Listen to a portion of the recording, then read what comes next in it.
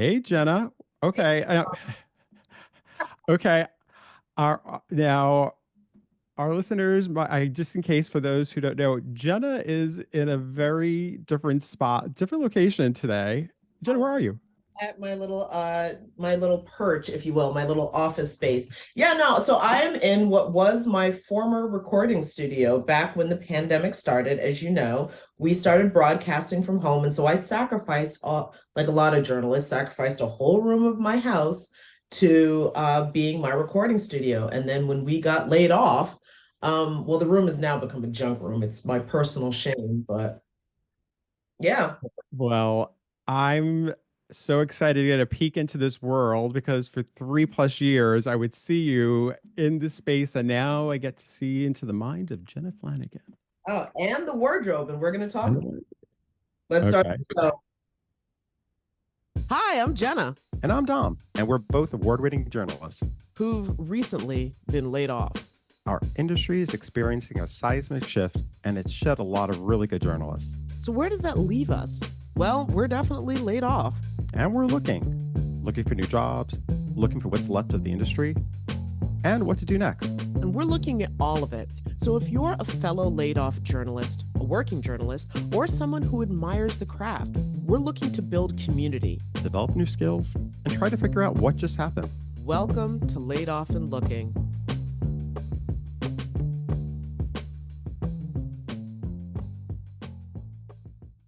Our headline for this week actually is from Yahoo Entertainment, and it was from a couple of weeks ago. It was an article about how journalists think about what they wear, and it especially looked at like big events, like for election night, but I guess it also applies for overall. Um, the article breaks down just like how colors and styles are meant to project trust, urgency, and feel relatable to the audience. They even have a quote here from sociologist Dr. Nancy Wang Yuan, who says clothing choices can communicate authority and professionalism or help connect with audiences on a more personal level. Um, which is, I mean, I'll be real, I've never had to be in front of a camera. So for me, I never thought that much about what I was wearing and what I'm trying to project, except if I like the style. I'm curious, Jenna, like for you, obviously being an on-air host, like what did you use to, did you think that deeply about things like this? So, yes and no. And so, just to further explain, the reason why I'm back in the broadcast room, what was the broadcast room, is because in front or behind me is my broadcast closet. Yes, my closet of brightly colored jewelry that only existed specifically for being on the air. And so, did I put that much thought into it? Yes and no. For example, when it comes to election night, I had this lovely little number right here. It is Ooh. nonpartisan purple, is what but I do want to point out, more than anything, and yes, the top of this hanger broke off, but more important than anything, this is the kind of shift dress that you see a lot of women in journalism wearing, in broadcast journalism, I should say. So it's pretty much, straight up and down. It's nice and darted, so you get a nice little shape to it. This one had, I guess, trumpety sleeves or something. Anyway, but more importantly, it's a flat fabric. Like, so if the camera hits this, you see that there's really nothing going on. Oh, wait. Yes. Okay. Nothing going on. So it doesn't distract from, you want something that, is flattering, especially if you're a woman in broadcasting, but you don't want anything that's distracting. So no, obviously no sequins. You tend to stay away from things like knits because the way the lights in the studio can hit the different fibers, it'll pick that stuff up, especially on an HD camera. So yeah, but since I'm no longer broadcasting, I got to get rid of some of this stuff. Well, it's interesting you say that, Jenna, because about not wanting anything that distracts. And I think that's something that's actually part of the article where it talks about how you don't want to distract from the news and the story you're reporting on. You want to actually make sure that people are focused on that, but still you have to feel comfortable too, right? Yeah, and let me tell you something. Okay, this was one of, here's another one. Okay, this is I remember that. shift. I remember that. Some women, and by the way, you got to add heels to this number because you can't just have this on. You got to have this on in high heels. I'm sure there are women who feel comfortable in this. Yeah, I'm not one of those women. Yeah. I 9 times out of 10 would have been spanked within an inch of my life. And just wearing all kinds of compression garments to make sure that the curves were where they should be and not where they shouldn't be. And I was incredibly uncomfortable. But at the same time, when you are a woman of where's another one? See, look at this. I have like a zillion of these things. Like I literally, oh God, I would never own these clothes if I wasn't doing What broad. color is it? That was pink. That was pink. That was a pink, And there's a jacket to go with it. pink jacket. Yes. Very bar. Although I don't think I ever really wore like pink on pink. I tended to blend colors so that you would have, where's another one here? Oh, this is, my God, there's a lot of pink in here. Okay, so here's the thing. But then like match it with something really bold, like a bright mustard yellow jacket or something. Because again, for the show that we were doing, for the most part, you were only going to see me from here up anyway. Yeah. Yeah. Have like, or at least I would try, especially with someone with a darker skin tone, to wear brighter jewel colors that wouldn't wash me out on camera. Very important. I was going to say, I mean, makeup is a whole nother story that obviously we need to touch on because but being a darker skinned Black woman, like that is something that you walk into being very aware of. Yes, very, very aware of. So yes, for me, being able to look at, seriously, why on earth would I own this under any other circumstances? I always thought to me, Jenna, like, and I told you pre-pod, pre us talking on the pod, I was telling you, I'm terrible. Oh yes, I'm terrible at remembering certain things. Like fashion to me was never my big thing, but I always felt like you always knew how to roll and make sure that you were comfortable. Like you would take things, like you always kept things at the studio that if you had to throw Yeah, it on. Oh, nice little purple number.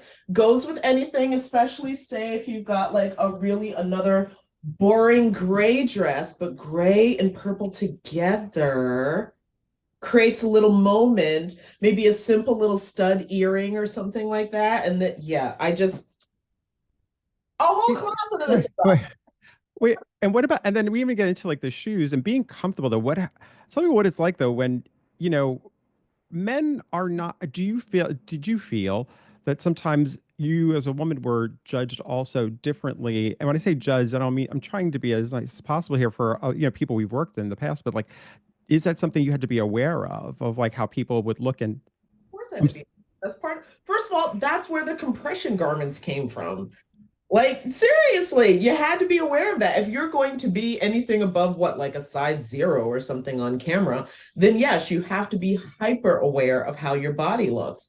And then on top of that, like if we would do stand-ups, and that would be, in the field for people who don't know, that's when you're in the field, literally standing up, talking to a guest, or perhaps in the studio. I think we did stand-ups talking to like a giant screen when we'd have yeah, okay. or teases, yeah. In both of those situations, you are standing in high heels for long periods of time. And I'm sorry, those are not shoes that are intended to be stood in for extended periods of time. So I have since given myself some nice little nerve damage in my feet from doing for years. So again, like that's a whole nother closet with like all of the high heel shoes that I had. I had to keep them in a separate place, but because once we started the pandemic, or once the pandemic started, I didn't need to have them here, but I did need to have all of these clothes at hand. So yeah. Well, Jenna, thanks for taking us into your sanctity over there, getting to see a little bit of who you are and also Ow, I'm giving this stuff away. It serves no purpose in my life anymore. well, thanks for sharing this part of yourself with us. And actually, what we're going to do now is pivot to an interview that kind of touches on what we've been discussing this whole time. Oh, totally. Yeah. I mean, I think there's a lot more to be said about it. So let's go. So this is what I looked like when I was a news anchor. Clearly, I have gone through a bit of an identity change. What's really unfortunate is I hated myself during that period of time, and my entire existence was tied to the way I was viewed by other people. That's what happens when you work in news. You're on TV, people view you, and people tend to think that they are allowed to share any opinion that they have about you. This was detrimental to my existence as a human being, and especially as a young person who still needed to explore and figure out who she was. Because the news industry is stuck in the 1940s for whatever reason and is run by old, rich white men, that was a period of time where I also wasn't allowed to verbally say that queer people and people of color and women deserved basic rights without getting in trouble or it conflicting with my news contract. It's a very conservative industry, and this is where the struggle is about to come in with what I'm about to tell you. The work I did when I was in news is the most fulfilling work I have ever done, at least from what I've tried in career and work and profession so far. It's work I enjoyed doing, and it's work I felt I was very, very good at doing. The storytelling and the people part of it, not the being on camera part of it necessarily, although I was able to do that too, which is a talent and skill in its own right. And so my issue with my job and everything professionally that I am running into currently is that nothing feels as fulfilling as the work that I was doing when I was learning and growing, working in news, telling stories, pitching stories, making a difference to people and people's lives. So I'm in this conundrum of that is the only work that I have actually felt good at and have felt fulfilled by so far in my life, but that industry doesn't want someone like me, doesn't want someone who looks like me, doesn't want someone who believes like me working under their roof. I guess this is my ramble and my plea to say that if there are any more progressive news networks out there that is willing to hire a storyteller and host who has tattoos and wears suits and believes that gay people should exist. Hi, I'm Victoria, and here I am. I am ready to take on the challenge. Please. That's Viktoria Capek from a video she recently posted on TikTok. In it and other videos, she shares what it was like to be a female reporter and anchor in local TV news stations. There are great parts of the job, like being able to tell important stories, but there are also negative parts of this field too, like having your appearance picked apart not only by viewers, but even by your managers and coworkers. Women in broadcasting face double-edged scrutiny on their appearance as well as their skills as a journalist. So, joining us now to discuss it all is content creator Viktoria Capek. Thanks for joining us, Viktoria. Thanks for having me, guys. Super excited to talk about this super important topic. So, I guess let's start at the beginning. Let's talk about how did you get your start in broadcast journalism? Like what markets that you work in? How did you get started in there? Yeah, for sure. So I worked in two markets. I started up in Duluth, Minnesota, at Fox 21. KQDS was the call letters, and I started there as a lowly general assignment reporter making $11.50 an hour straight out of undergrad. 5 weeks out of undergrad. And I thought in those 5 weeks I was going to die because I didn't have a job before 5 weeks. Looking back now, I'm like, wow, I wish the vacation was a little bit longer, frankly. But yeah, I started in Duluth, Minnesota, coming from North Georgia. So climatically and socially, that was a little bit of a change for me. And I loved the job. I loved being a MMJ, is what they call them, a multimedia journalist. I got to shoot and edit all of my own content, pitch my own stories, write my own stories, and it really fulfilled me creatively, but it was a lot of hard work.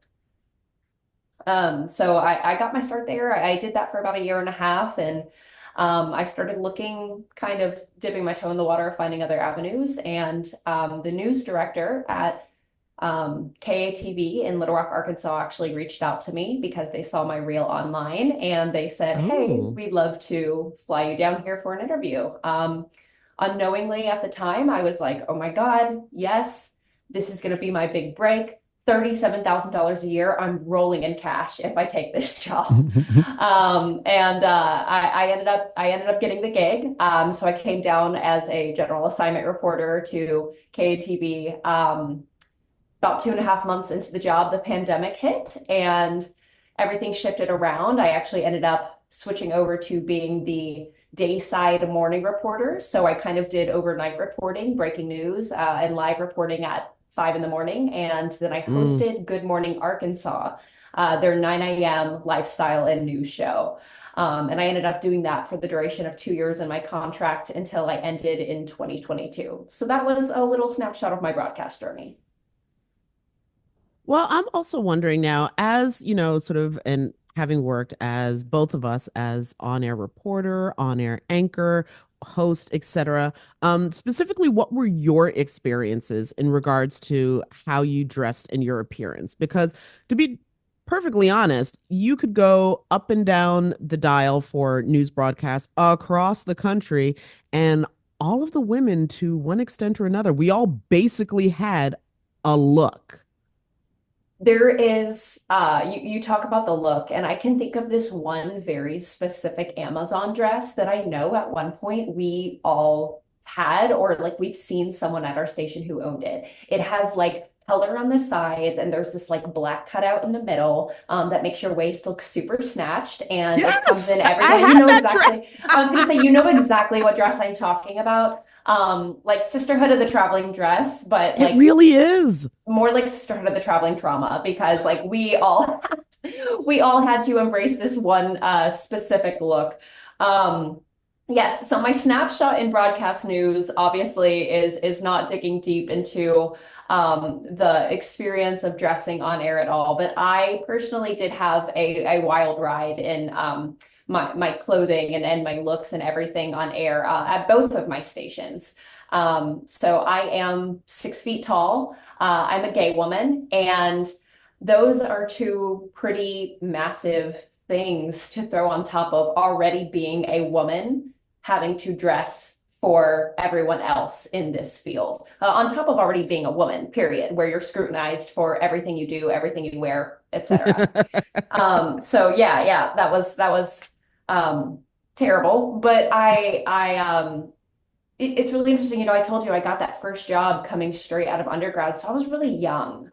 I started in this field extremely young at 22, and I did it until I was 26 years old, which is still pretty young. But during that period of time, especially coming out of undergrad, you are, and you should be figuring out who you are. You should be figuring out what your style is, what your identity is. And I went through a lot of those shifts the same way any young person should be going through. But I had to do it in the public eye. I had to figure out what color I wanted to dye my hair. I had to figure out what length I wanted to cut my hair. I had to figure out what clothing style made me feel the most confident, but I had to do that with the approval of the public and with my bosses, because of my contract and contracts and how they set a certain standard of what you were allowed to wear or what you were allowed to look like. So it started pretty normal. You know, I in my job in Minnesota, I wore what I could afford, right? I told you I was making that a whopping Yeah, no, eleven that's a fifty an very real hour. thing. Yeah. So I came there wearing what nice thrifted clothing I could wear or that I could accumulate through undergrad. And I had this one specific time I remember, our weekend anchor and producer told me that our main anchor at that station had actually told him he was embarrassed of the way I was dressing on air, because I looked frumpy and that I looked at like I thrifted all of my clothing. And that was actually a moment that really stood out to me on how scrutinized I was going to be regarding my dressing in this industry. And that was the moment that I started flipping more towards wearing these traditional anchor dresses. That was a really defining moment for me. Um, yeah, going into KATV, I was wearing these anchor dresses. I had more of the adopted look at that point. Somehow, some way, they sucked me into having a short blonde bob. And so when I signed my contract for that job, that's what I looked like. I looked like, excuse my language, every other bitch on air. I'm sorry, I did. I looked like every other person at my station. And while that might have been good for career, it was really terrible for me as a person, again, who is just kind of figuring out really their queer identity largely at that time. We can get into that a little bit more later.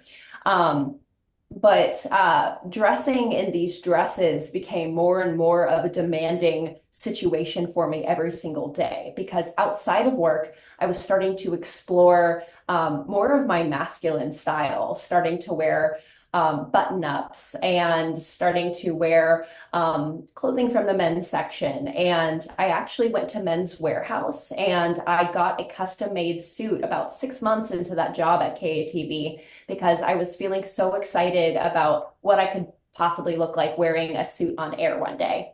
So I got this beautiful custom-made suit. It was purple burgundy on the outside. It had purple polka dot silk lining on the inside. It had my name written in the jacket. And it was this whole ordeal to like go to Men's Warehouse and get this suit. I even talked about it on TikTok and everything. People were so excited to see this suit. And as soon as I got the suit, I was so terrified to wear it on air that I never did. I never wore the whole suit on air. I wore the jacket one time, but I felt like I looked too bulky and masculine with my very feminine makeup and hair and look, that I was robbed of that experience of getting to dress the way I really felt like I needed to dress to be the most myself. So it was a rocky journey, and there were a lot of ups and downs that came with it. Of course. I mean, your journey is definitely well, I feel like every, woman broadcaster's journey is incredibly unique, but I will say for myself, I didn't get into television broadcast until I was well into my 30s. So I had established, how I wanted to look and how I wanted to, but I also understood there is an on-air look and began to build what I can best describe as my broadcast wardrobe. Mm. Clothes that I wear on air, but would never wear anywhere else. Because that's so practical, Like, Yeah, they I serve was no gonna other purpose in my life. None. No, they didn't. And I don't know if you were on this page, but Facebook, there's actually this page called Newscasters Closets, where we're all literally cycling out these same dresses. Like I would buy these dresses from other reporters who either got tired of wearing them or who they aged out of them and they just didn't want to wear them anymore. And it was just this giant cycle. I mean, I'm telling you, it is sisterhood of the traveling dresses, because we're just cycling through these same 7 styles. That, yeah, like you said, we'll never wear this outside of, I mean, I'm not wearing this to the club on the weekends, but my God, I don't even want to wear this to dinner with my grandparents. But Victoria, it's so you mentioned something about, you didn't feel comfortable enough wearing the suit that you wanted to wear. So you put on the clothes that you already are not comfortable wearing, right? Mm-hmm. How does that impact when you're on air, whether you're reporting, anchoring? How does it impact your confidence level when you're wearing stuff that it doesn't feel like who you are? That's something I always marvel when I see people who are anchors, because I'm like, how do you do that when you're not able to be comfortable in the clothes that you're wearing and you're sort of out there presenting an image maybe that the station wants to present or your executive producer, whoever it is, wants to present? How does it affect you when you're doing your job? That's a really great question. The best way I can answer that is looking at where I am today. You showed that video at the beginning.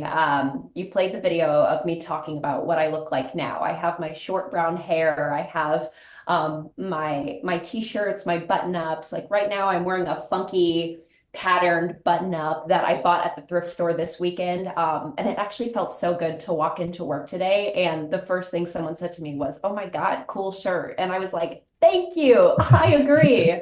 And so the confidence that I feel in myself now in just getting to dress in a shirt that is from the thrift store. It's not a frumpy shirt. It looks very nice. It's like silk-ish material. Getting to come into work and just be myself. The confidence that I have in the ability to do my work is 10 times the amount of confidence I would walk into the station with, having to dress up in what felt like a character's costume. That's a perfect way to put it. It's like, yeah. Yeah, it feels exactly like that, and I think about all these aspects of being the news anchor that people, when you think of a news anchor, you think of the voice, you think of the Mm-hmm. dresses, you think of the haircut. Like I really felt like I was putting on a costume every single day. So how could I, as Viktoria Capek, be a confident reporter and ask people to share these like very vulnerable parts of themselves when I wasn't even being myself? I was being Viktoria Capek, the news anchor. I was being Viktoria Capek TM, you know? And so the confidence that I lacked because I wasn't even able to wear a skin that I felt confident in, if I had even an ounce of the confidence that I have today, getting to dress up and show up as myself, I truly believe that that would have made me a better reporter, a better anchor tenfold. Because feeling confident in yourself is, how can you expect to have other people open up to you when you're not even opening up yourself? I guess if that makes sense. No, So I'd yeah, say that's how it I does make feel. sense because it makes me think of at one point when we were still in the studio, or even when I was out field reporting, I'd be standing and, talking and interviewing somebody in heels. Okay. When you're standing in heels for a long time, the blood is pooling in the balls of my foot. I am in incredible pain. I'm trying not to wobble as I walk and make it look totally natural. No, I'm in pain. And yet I'm Mhm. still being so delightful in focusing on my guest and interviewing, etc. And yeah, if we're not going to see my feet, why am I wearing? That was one of I my mean, biggest pet peeves. for real. I remember, working in Minnesota, we had to deal with a lot of climate issues there, right? Like we had to deal with snow all the time, literally all the time, 9 months out of the year. That's crazy. I don't know if I could ever do that again. Side point. But why in God's name do I have to wear a full face of makeup and a literal dress when it is negative 25 degrees outside and I am reporting on the Bear Grease dog sledding festival? Do you know how insane that sounds? And it's like, obviously, of course, they're expecting you to wear the jackets and everything like that. But you would get scrutiny for it. Like it's not uncommon for them to be like, "Oh, you can't just for 30 seconds take your jacket." No, I can't for 30 seconds. Like that's an insane thing to ask of someone. And that's a standard. Like that's something that's expected. The wearing the heels, that's something that's expected. But exactly to your point, Jenna, like you're not seeing my feet. People ask about it all the time. I don't know why they're asking about the feet thing, but you In know fact, what? I I'm don't wearing want to tennis know why shoes. people are asking about my feet, but That's a whole different story altogether. well, speaking of different stories, though, just one more anecdote to add in. When you mentioned the full face of makeup, so my call time would always be like an hour earlier before the other two male co-hosts that I had, because again, like for the guys, what it's like a puff of powder and out you go. The layering of like with the starting with I mean, it full face of makeup. And for the days when I only had maybe one or two interviews, there was a point where it would literally just start to drive me crazy because I'm just like, I I have to take all of this off. And what's worse is like if there was some sort of like change that we had to do because we had a taped show. So if something had to be like picked up or something like later in the day when they realized, gotta get back in the chair and put it all back on. And it just, oh my God. Jen, And I realize these sound like champagne problems, but it's, how is this affecting? I understand I want to show up on camera and look decent, but I think I look pretty decent now and I'm not wearing that much makeup. Anyway, It and really, no, go poor ahead, go Tom. ahead. no, no, no, This no. is You go something I ahead. feel like we could go off You go. about I know. You the go. makeup Victoria, you issues go. forever. No, You I go. mean, I was just gonna say, like, no, I totally agree. I would refer to this as like what feels like a drag queen level of makeup, where you have to wear the lashes and you have to do the blush, and if you don't have enough blush, you're gonna be washed out. And you know how I told you at my station in Arkansas, I was working early mornings, which meant that I had to wake up at 2 o'clock in the morning. Already Mm-mm. a no-go, like not fun. And then if I had to go live report somewhere an hour away, imagine having to wake up at 1 a.m. or midnight and having to put on a full face of makeup to go report on storm damage. Like already there's a lot of things wrong with that, but the fact that it's 3 o'clock in the morning just makes me so irate thinking about the situation. But we already had to wear so much makeup, and this is just crazy to me that one time at this station they actually hired a talent coach, right? This was supposed to be someone who was supposed to help us with our reporting. And I was like, oh, this is a really great idea. They're going to be able to help with my with the way that I'm saying things on air, the way I'm interviewing people, something that I think is going to be super helpful. And I kid you not, this woman sat me down and her advice to me was to part my hair in the middle and put on more eyeliner. What do you mean more eyeliner? At that point in my life, already felt like one, I looked like a clown every time I was going to work. Again, I used putting to on call it that war paint. costume. I have to put on my war That's paint before we can tape. She that's did. such a good, no, that's such a good take on it. Like it just, you are gearing up for war, you're gearing up for this like performance, and it just felt so like that was a crazy thing for her to suggest. I don't remember your name, but like, what the hell, girl? Like that one really hurt me. So. Well, lastly to the makeup point. I'm sorry, Dom. No. But I, lastly to the makeup point, I just like to further encourage. So at one point, my station had made I guess like a contract or something. I don't know. They like decided to work exclusively with a particular makeup company. But said makeup company, when they sent over samples, did not take into consideration I am a woman of color. There was no makeup that worked on my skin, and we had to like renegotiate the whole thing. They might have even had to like, I don't know, expand their palette or something, because I was going through all the makeup that they sent over, and I'm like, I did. You guys have to know I'm a black woman. Like what? Okay, down the Insane. floor. no, so I want to get to this other part of the conversation, which is also about, when you're presenting yourself, like in terms of when you have tattoos or you have piercings, things that I think that a lot of people, I know I've worked in I've worked in cable news, I've worked in local news, and that was just something that was just never seen, or even it was like, I couldn't even imagine it being something that would have been discussed. And I'd like to talk to both of you about this. So Victoria, I mean, I know you have a story that you've posted on TikTok about. Can you talk a little bit about that? Yes, I love talking about the tattoo story because I think it's a conversation that needs to continually be had. So I refer to this as Tattoo Gate, as one should. Um, I love that. I Thank you.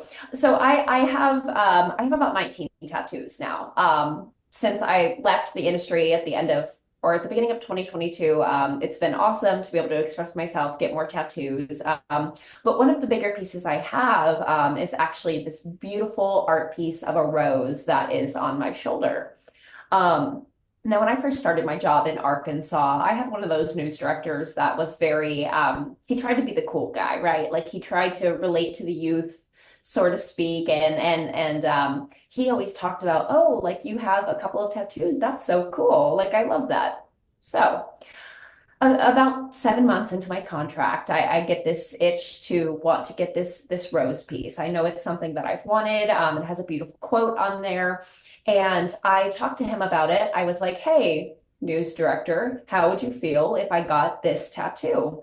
And again, trying to be cool and young, he was like, "Oh, girl, you know I love it. You go get that tattoo. That's so awesome." Forgive me for thinking that that was a green light for me to get this tattoo. So I On did your body, by the way, on your my body. on my body. Bodily autonomy, again, a conversation for another time. So I get this tattoo. I'm so proud of it. I'm showing it off on TikTok. I'm showing it off in photos and everything. While it was healing, I didn't wear it on air because, I still was like, okay, this is the bigger piece. I asked my two main morning anchors. I was like, hey guys, like I have this. What would your advice be on if I were to present it on air? Still wearing the beautiful dress. I still had my lipstick done, my hair done. I looked the part. I just happened to have a tattoo on my shoulder as well. And they were like, honestly, it's such a beautiful piece. We don't see any issue with it, especially if our news director has been saying, oh my gosh, girl, that's so cool. You go for it. So round two, forgive me for thinking that was a green light that I should do exactly that, show my tattoo on air. I remember sitting down to host my 9 a.m. show. I'm wearing this like vibrant red dress, bright red lipstick. My hair, parted as far over as possible, and the blonde bob was blonde bobbing, let me tell you. And I presented my tattoo during this newscast. I always used to live stream my newscast on TikTok during this time. So you would have people watching the actual news, but then you would have people watching the live stream as well. And I remember the live stream just going crazy. They were like, "Oh my God, like you're showing your tattoo. I'm watching you right now. It's so cool to get to see this." Like I've never seen an anchor with a tattoo like that on air before. And they were just so excited about it. Within literally 30 seconds after the show ends, I get a phone call. It's my news director, and he just says, "Hey girl," trying to be cool. "Hey girl, you know I love the tattoo, but you can't show that on air." And he referenced to our station's Facebook page. We got about 3 negative messages that said something along the lines of, "That's not very classy. Get Viktoria off the air. She looks terrible," and something else that was probably misspelled. So I ended up posting a TikTok video about this experience. And in the TikTok video, it was a video of me putting on my blazer, covering up my tattoo. And this is what caused World War III, because that video ended up blowing up, and there were tons of people flooding the comments saying, it's, they can't make you cover up the tattoo. This is not something we want to see. We're going to start contacting the station, and we're going to tell them Viktoria has to wear her tattoo because we want to see someone that looks like us. And they did. Me in the comments being like, "Hey guys, like this is still my place of work. I really appreciate it, but please don't get me fired. Please do not call my station." But they did, because the internet is relentless, especially the TikTok realm of people. Amen. So they are calling, they're messaging my station, and they're saying, "Let Viktoria wear her tattoo on air." And it ended up causing this whole ruckus. Frankly, I ended up getting suspended for a couple of days without pay after all of this blew up. And the ultimate verdict was, not only could I not show my tattoo because it was written in my contract that I was not able to modify my body in any way, which, to their point, yes, that is true. Again, forgive me for thinking I had the green lights around that because of all the people who said I could. But I also ended up getting TikTok taken away from me, and I wasn't allowed to use TikTok and live stream or film anything in the station anymore to connect to my audience. Now, for me at the time, this was really devastating. Remember, I told you I had started at the station during the pandemic. So that TikTok community, as silly as it was for so many of them to stand up and talk about how much they connected with me just because of my tattoo, that community was my community. That community was my lifeline during this time where I really didn't know anyone in Arkansas when I had first moved here. Oh, wow. So for them to take away that group of people really felt isolating. It felt super alienating. And it really didn't do justice to all the people who were sending in the kind messages. They didn't listen to those. They didn't listen to the people that were saying, "I've never connected with a news anchor before because I've never seen one that looks like me," just because of a tattoo I had on my body. So the tattoo conversation in news is one that I will happily continue to have, because in 2024, it's kind of insane to think that a piece of ink on your body would impact your ability to do a good job. I think it's a lot of people though too who are work in the news and at the stations and the station manager. There are a lot of like more conservative older men who are not comfortable, especially with women feeling that they're not comfortable with certain things. And I think like that's the part where no matter how, it's kind of strange. It's like no matter how many people would have called in defense of you, they still would have gone off the fact that it was their thing. It was their issue. It wasn't anybody else's. They just didn't like saying it. So they chose to blame somebody. Like, well, that doesn't matter because like we have to uphold what standard does this have anything to do with news? How does this have any impact on how you tell the story? Right. I think you're so right with saying that. It's like with the 3 messages that came through. Yes, they were all older people. I know because I go look at the profiles of the people who make mean comments. I want that to be known to the world out there. If you're saying mean things, I do see them, and I am looking at your profiles. We do. We read these comments. And by the way, they do hurt us. They do hurt us because we are people. But to your point, they are older folks usually. And for whatever reason, this industry continues to cater to that audience. And I I'm pretty sure understand. that's the only people left watching TV. Well, I was gonna say, and it's like I understand that, like traditionally, yes, that has been the audience you've needed to cater to. But I'm sorry, they're dying. They are. And we need to cater to young people to keep the industry alive. If you want to inform young people, if you truly want to make an impact on young people, first of all, we need to make sure that there are people that represent them on air, right? That doesn't necessarily mean you need to hire the reporter out the gate in a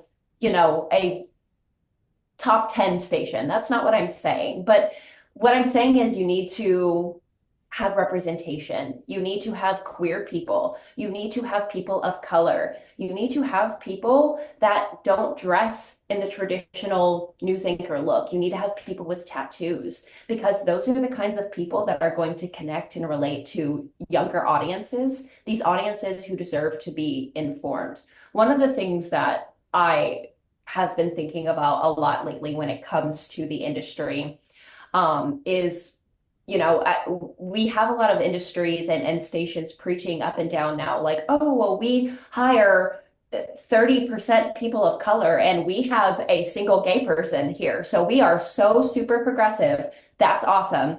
I am not docking you for doing that. That is progress in some sort from where we were 10, 20 years ago.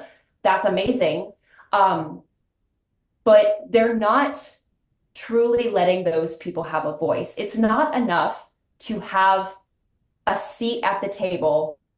You deserve to have a voice. And what I mean by that is it's not enough to just be the diversity hire, right? That person deserves and needs to have a voice for there to be true progress happening in the industry at your station and to make connections with the next generation of people that is going to keep this industry alive. No, I completely agree. And also, I will say, because again, in all fairness, when I first started working on air, I want to say, so my broadcast journey started out in radio. And, kid, you got a face for radio. So you can pretty much anything goes. But so I had cut all my hair off. I was sick and tired of frying it, straightening it. I'm sorry. Why am I? Anyway, I took a personal stand. I'm cutting it all off. And so when I got my first broadcast on television job, I had no hair. So I do give my stations credit for being like, well, she's bald, but I mean, she's good. So I totally give credit for that. But I will say one of the other things that I've noticed that even when it comes to, yes, we have diversity, we have broadcasters of color, the women still have the look. That's like, I mean, I think of, well, okay, there's one particular cable news channel that comes I know who you're thinking of. I know who you're thinking of, Jenna. It's quite literally like Barbie was dipped in chocolate. Anyway, that's my point. Yeah, no, I 100% see you. And another part of that as well is, I was making jokes about how little that we're being paid. A lot of people still don't know this. When you're in like these lower level markets and stations, like we're not making the big bucks that you think we are just because we're on TV. And to your point, that's a big thing that like the number of people who I think, because what happens is what little people know of television broadcasting, especially when it comes to salaries, comes from those big ginormous salaries that, by the way, people used to get. Nobody's getting old school Katie Couric contracts anymore. It's not a thing. But people heard that and they would just sort of like extrapolate, well, if she made $48 million, you must make it. I'm like, whoa. For real. No.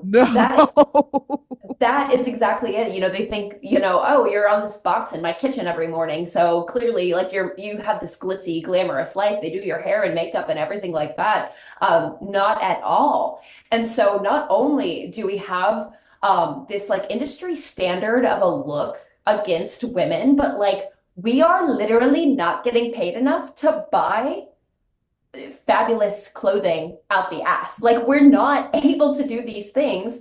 Lo and behold, men, however, you could wear the same suit every single day and people aren't going to bat an eye at it. God forbid I wore the same color dress twice in 1 week.